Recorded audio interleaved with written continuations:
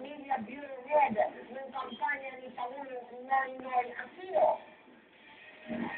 At mula sa mga kanyang punta naman po tayo sa Kongreso, may ilang kongresistang gustong idiklara ang tinatawag ng persona ng Strata sa Pilipinas, ang kongresero si Floyd Mayweather Jr.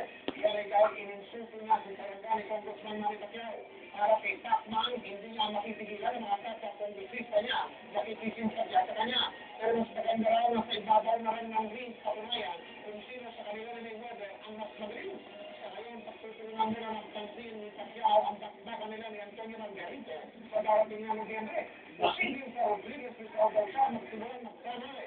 Nakita ko salamat naman ng 7th Division Champion sa pagkasahiran sa kanya ng Yahoo Sports bilang 25th most influential figure sa kasaysayan ng boxing. Salamat tayo. Maraming karangalan na yan. Ano yung tandaan mo sa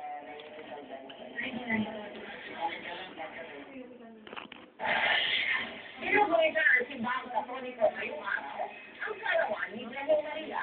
Sa pagkakasal muna, itinagdiwang ito sa pamagitan ng pagmultiply ng mga pulis na sinakli ng tao. Sa katutok mo live, si Marie Dumanin. Ngayon, pambibira ang naging tungkulin ng ating hanay ng si Maria para tayo maligtas sa kasalanan. Kaya naman ngayong kaarawan niya, ang grande na fiesta ang selebrasyon para sa kanya dito sa Paquete, Laguna. Ang nagsimula sa isang taigting na misa, pagdilino ng kaarawan ng Virgin Maria.